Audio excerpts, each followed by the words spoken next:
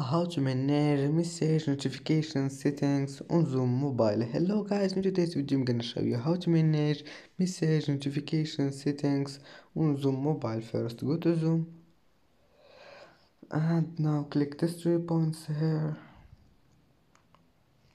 and then click this one here, chat, and now all you need to do is just go down and you will find this one here, message notification settings. Click on it, and now as you see you can turn off this one, and no notifications has been turned off.